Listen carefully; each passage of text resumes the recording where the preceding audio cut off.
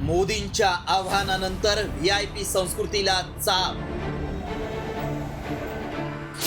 बचतीसाठी सरकारी कार्यक्रमांना कात्री। विधान भवनात मुख्यमंत्र्यांची रॉयल एंट्री। विधान भवनाचा परिसर नेहमीच मंत्र्यांच्या ताफ्यामुळे गजबजलेला असतो, मात्र विधान भवनात अचानक एक वेगळंच दृश्य पाहायला मिळालं।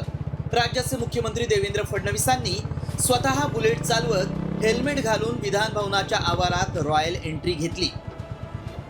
यावेळी सांस्कृतिक मंत्री आशिष शेलार स्वतः फडणवीसांसोबत बुलेटवर विधान भवनात आले। उपमुख्यमंत्री एकनाथ शिंदेंनीही इलेक्ट्रिक कारमधून विधान भवन गाठलं। बाईक चालवणं हे अतिशय सोपी आहे, कारण मी लहानपणापासून ती चालवतो आहे। सरकार हे गेले 10-12 वर्ष चालवतो आहे, पण आता सरकारही सहजपणे चालवण्याचा अनुभव आलेला आहे। सुरक्षा विषयक जेवढ्या आवश्यक गाड्या आहेत तेवढ्या ताफ्यामध्ये आहेत, बाकी गाड्या कमी झालेल्या आहेत। तर व्हीआयपी संस्कृतीला चाप लावण्यासाठी मुख्यमंत्र्यांनी मंत्र्यांना कोणते आदेश दिलेत पाहूया।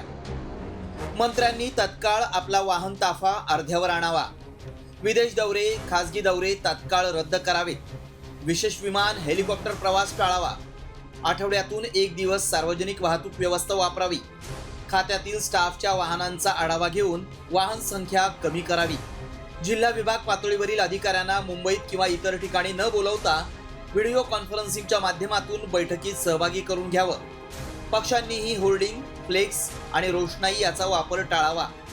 पुढच्या काळामध्ये मोठे कार्यक्रम देखील आम्ही करणार नाहीत।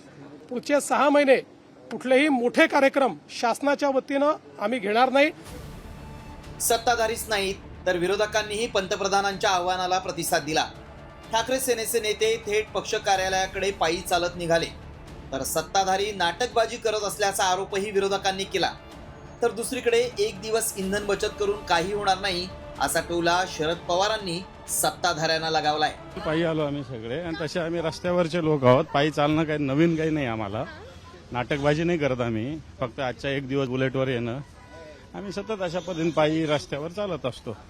म्हणजे असं आज मी पाहिलं देवेंद्र फडणवीस अंतराळामध्ये मोटरसायकलवरून आले, उद्यापासून अंतराळामध्ये ते मोटरसायकलवरूनच आले तर अधिक जबाबदारी घेतली।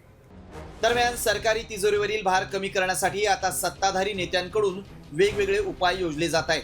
कुणी इलेक्ट्रिक वाहनांचा पर्याय निवडतंय, तर कुणी ताफ्यातील गाड्या कमी करण्याचा निर्णय घेतंय।